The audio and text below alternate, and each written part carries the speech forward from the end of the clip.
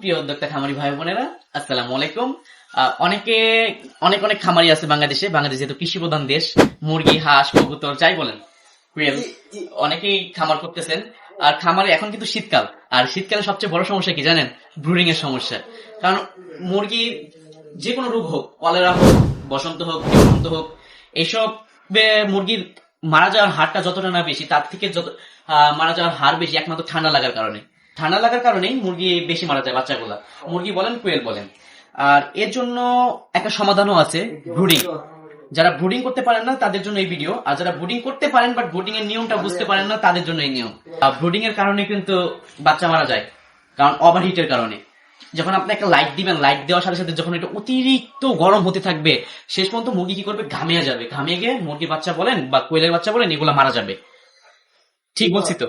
এরকম এরকম সমস্যার প্রায় অনেকে পড়েন। আবার অনেকে হারিকেন দিয়ে রাখেন। এগুলো হচ্ছে প্রাচীন সনাতন পদ্ধতি।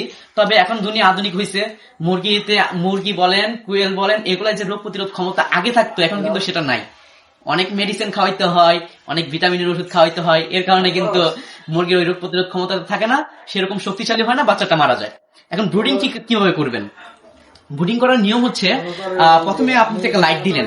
এখন অনেক বাজারে এই লাল লাইটের পরিবর্তে উন্নত মানের লাইট পাওয়া যায়, যেগুলোকে বলা হয় ইনফ্রারেড বাল্ব। আপনি ইনফ্রারেড বাল্ব ইউজ করতে পারেন। আর যদি মন চায় না আমি ইনফ্রারেড বাল্ব ইউজ করবো না, এগুলোর প্রাইস অনেক বেশি, প্রাইস রেঞ্জ অনেক হাই, সেক্ষেত্রে আপনি কি করতে পারেন? সেক্ষেত্রে করতে পারেন কি, আপনি লাল লাইটই ইউজ করতে পারেন। বাট লাল লাইট ইউজ করার ক্ষেত্রে এই যে আমার হাতে দেখতেছেন একটা কন্ট্রোলার, এটাকে বলা হয় W3001 কন্ট্রোলার। অনেকে চিনেন, যারা ইনকিউবেটর দিয়ে বাচ্চা ফোটে তারা এই কন্ট্রোলারটা সবাই চিনে থাকবে। আর যারা ইনকিউবেটর দিয়ে বাচ্চা ফোটে না, জাস্ট মুরগি কিনে নিয়ে আসে, তাদের এই কন্ট্রোলারটা চেনার কথা না। বাট এই কন্ট্রোলার দাম হচ্ছে সর্বোচ্চ 250 থেকে 300 টাকা। আপনি যে কোনো জায়গায় পেয়ে যাবেন, দারাজে পেয়ে যেতে পারেন, অথবা অনেক ইনকিউবেটর দোকানে পেয়ে যেতে পারেন। আমি রেফার করবো আফিফা ইনকিউবেটর, সেখান থেকে আপনি কিনে নিতে পারেন। আর এই কন্ট্রোলার কাজটা কি? এই কন্ট্রোলার আমি কিন্তু আগে বলছি যে বাচ্চাটা যখন অতিরিক্ত ওভারহিট হয়ে যায়, ওভারহিটের কারণে কি বাচ্চাটা মারা যায়, এটার সমাধান কিন্তু ও দিবে। এটা হচ্ছে একটা সেন্সর থাকে, যে দেখতেছেন, আমি এটা খুলে আমি আপনাকে দেখাই।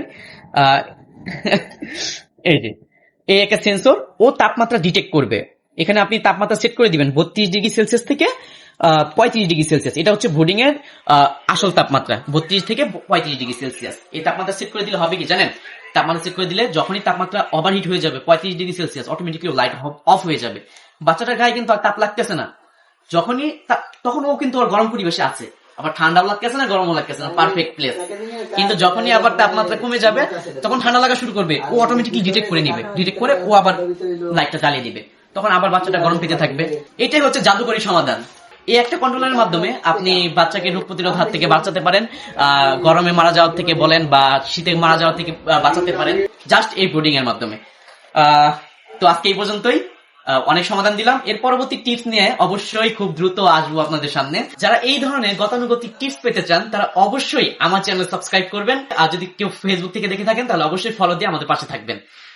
সবাই ভালো থাকবেন, সুস্থ থাকবেন। আসসালামু আলাইকুম।